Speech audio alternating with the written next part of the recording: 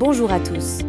Notre plénière de juin s'est demandé comment concilier le management vertical avec le management des processus qui est de nature transversale. Les entreprises qui s'engagent dans une démarche processus se posent nécessairement cette question. Et la traiter n'est jamais simple.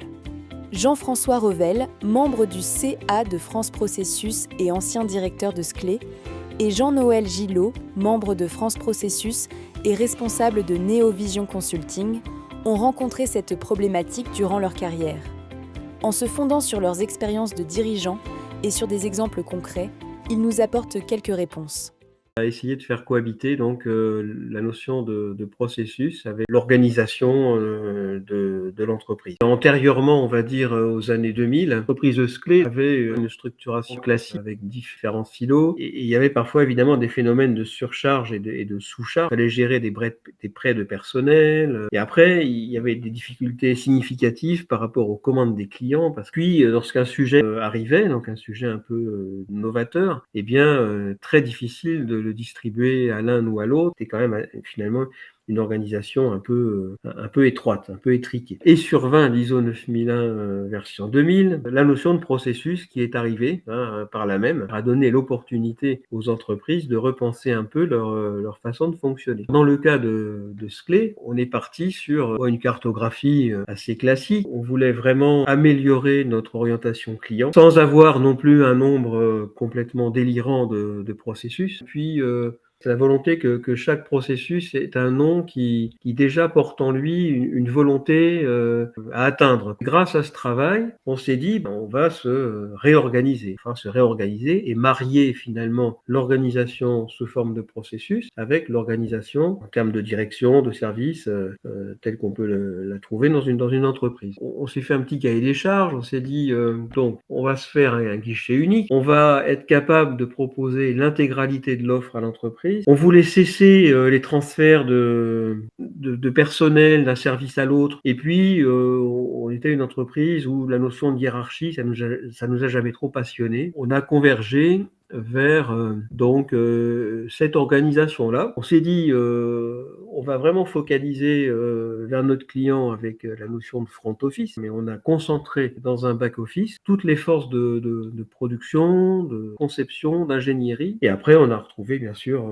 la fonction support. Le back office était sous la responsabilité de la direction générale. Par contre, finalement, les directeurs d'activité qui existaient avant dans l'organigramme, se sont retrouvés directeurs de marché. On a commencé à ce travail de distribution des processus qu'on avait établis dans la cartographie sur notre organisation. Ça nous a amené à créer des processus qui savent à la fois taper dans le back-office, mais aussi dans le front-office. Ça nous permettait comme ça d'assurer des interfaces correctes entre les différents types de production et les services associés. Donc on a trouvé que c'était très très bien d'avoir un processus qui s'appelle réaliser efficacement à Toulouse. Ça c'est vraiment le moteur de l'entreprise en termes industriels. Et puis on a créé spécifiquement un processus sur Marseille de réalisation. Donc, on a ensuite pris l'ensemble des concepteurs sous un processus de développement des produits performants et pérennes. Voilà, donc réaliser l'ingénierie, c'est également un processus à part entière, plus classique, un processus lié aux ressources humaines, un processus lié aux achats et aux partenariats, et un laboratoire CEM et des processus extrêmement importants, donc celui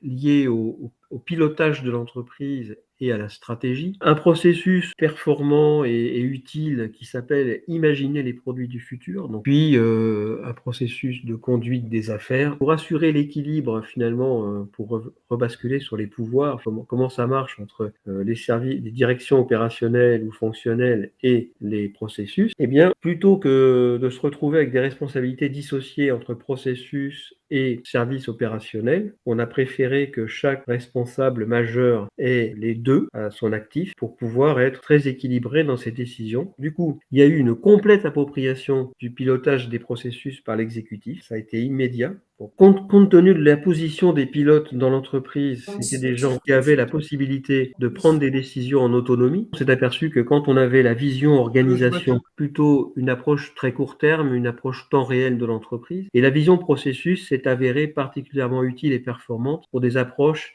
un peu plus à court et moyen terme, un peu plus de bilan. Alors après, donc, dans les rites de l'entreprise, on a toujours eu donc une alternance de réunions au niveau de l'entreprise, CODIR, COMEX en alternance. Et puis, à côté de ça, on avait donc un rituel pour chaque processus de réunion qui permettait quand même de travailler dans le cadre du processus. C'était tout de suite vu au niveau du processus parce que ça permettait de gérer en même temps les interfaces. Donc les revues ensuite de processus un peu plus sous l'angle du bilan, tout ça pour finir par une auto-évaluation. La finalité, c'était vraiment de voir si enfin on avait réussi à atteindre tous nos objectifs et à voir où on en est. On s'était fait un tableau de bord de l'entreprise avec les 3 axes fondamentaux, fondateurs de l'entreprise. Hein, c'était d'être une entreprise engagée, performante et durable. Tous les indicateurs qu'on a mis en place sont tous rattachés non pas à des services ou des directions opérationnelles, mais sont rattachés à des processus. Donc le terme pouvoir, c'est finalement plus intéressant peut-être d'évoquer la notion de leadership, leadership individuel, leadership de groupe, pour que cette capacité, ce pouvoir finalement, il soit le plus partagé possible. Et que souvent, quand c'est partagé, eh bien toutes les décisions qui sont prises, mais par définition, elles sont acceptées. Et après, ce qui nous a beaucoup servi, c'est d'accorder une importance énorme aux valeurs de l'entreprise, hein, notamment la valeur du respect. Alors, comme Rex, la réunion de processus, on a des processus, donc autant faire des réunions de processus et travailler sur les actions qu'on déploie dans ces processus, sur les objectifs qu'on s'est fixés pour les processus. Et après, la revue de processus, c'est quelque chose d'assez puissant et on arrive à prendre des décisions très éclairées. Après, donc, la condition sine qua non, ça a été qu'il y ait une parfaite appropriation des processus par les acteurs et le responsable qualité ou performance, il est là pour soutenir, appuyer, apporter des conseils. Le processus, à ce moment-là, devient un vrai outil de management et on intègre la prise en compte des risques et des opportunités. Et ça, c'était quand même un progrès énorme. En conclusion, j'insiste sur la notion de réunion de processus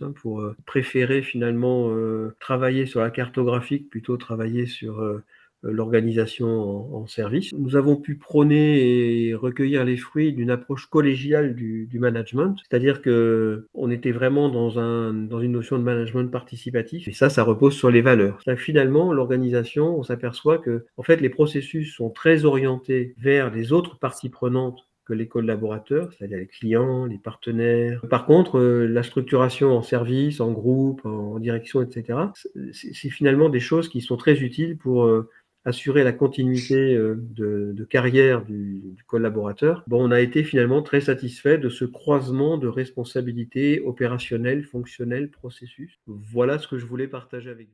Bon, moi je vais vous parler d'organisation matricielle ou de processus transversaux qui étaient censés fonctionner et qui n'ont pas fonctionné. Donc l'organisation matricielle, hein, c'est une organisation souvent avec une structure simultanée qui est l'axe vertical des métiers et des fonctions, hein, qui est relativement standard, mais qui pousse aussi à avoir des silos et puis eh bien un axe plutôt horizontal qui va être aussi orienté de projet, parce qu'en fait une entreprise, c'est aussi une succession de projets, hein. Donc les processus transversaux, pour moi, un vrai processus métier, c'est un processus qui est transversal. Ce qui est important dans la notion de processus transversal, c'est la capacité à avoir un processus qui soit bout en bout. Les processus horizontaux, c'est chacune des entités, des métiers en fait qui va créer en fait ces activités et qui va rendre les services qui sont nécessaires. Les avantages d'une organisation matricielle, c'est déjà une certaine agilité stratégique pour réorganiser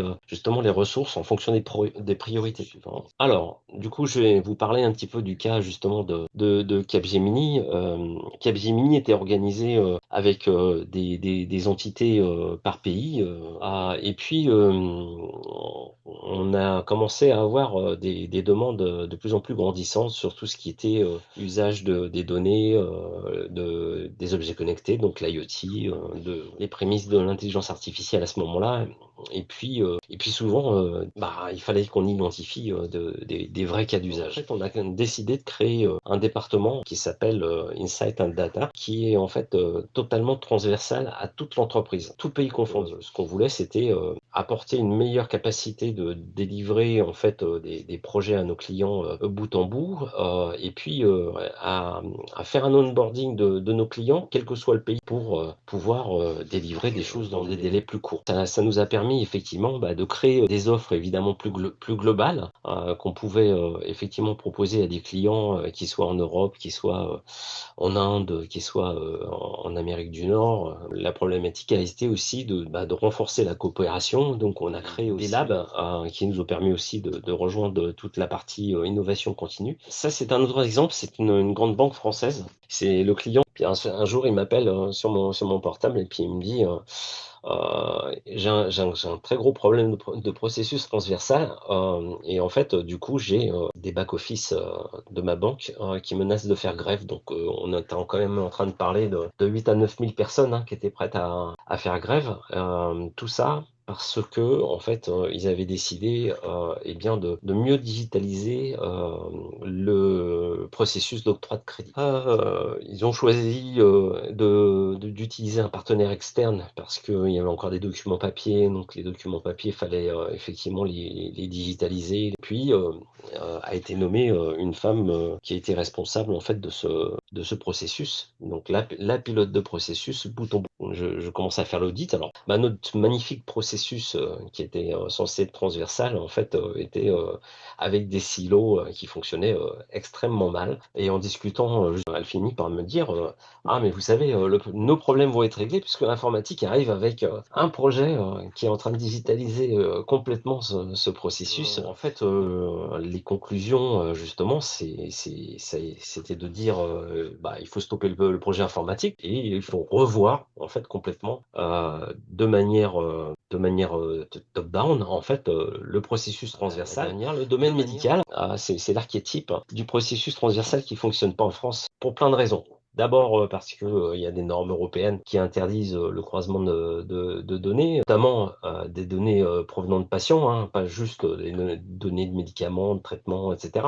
Et moi, j'ai notamment un ami en fait qui a créé une société aux États-Unis qui est spécialisée justement dans le croisement de données médicales provenant de patients pour justement identifier en fait les meilleurs traitements.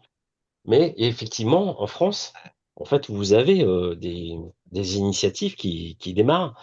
Seul problème, en fait, c'est que systématiquement, on est confronté à des problèmes législatifs ou à des problèmes, en fait, d'organisation, puisque les hôpitaux, les cliniques ont pas beaucoup velléité à travailler ensemble. Cet exemple-là, en fait, pour qu'on arrive à commencer à démontrer un peu des résultats, il a fallu, en fait, que justement, je travaille en fait avec la société de mon ami aux États-Unis et des cliniques avec lesquelles il travaillait, plus une clinique en France qui a accepté en fait de jouer le jeu et de le tester. Et donc, il y a eu des travaux conjoints entre ces chercheurs américains et les médecins français, et ce qui a permis en fait de créer un cursus d'essai, notamment sur le cancer de l'œsophage. Il faut savoir que le cancer de l'œsophage, en fait, était mortel à 90% il y a 10 ans. Aujourd'hui, le cancer de l'œsophage est mortel à concurrence de 10%. Des résultats très probants et qui justement sont plutôt euh, parmi les exemples qu'on devrait suivre, mais qui aujourd'hui sont confrontés justement aux problèmes législatifs et aux normes européennes qui ne permettent pas de croiser toutes ces données. Donc pour réussir cette transformation, Jean-François en a parlé, le leadership fort, et puis la culture apprenante, la tolérance à l'ambiguïté évidemment, et puis la valorisation de la coopération, puisque effectivement, et puis après une gouvernance claire avec un RACI précis qui va être responsable de quoi. On en revient à des fondamentaux qui existent depuis longtemps, mais qui sont souvent oubliés. Voilà.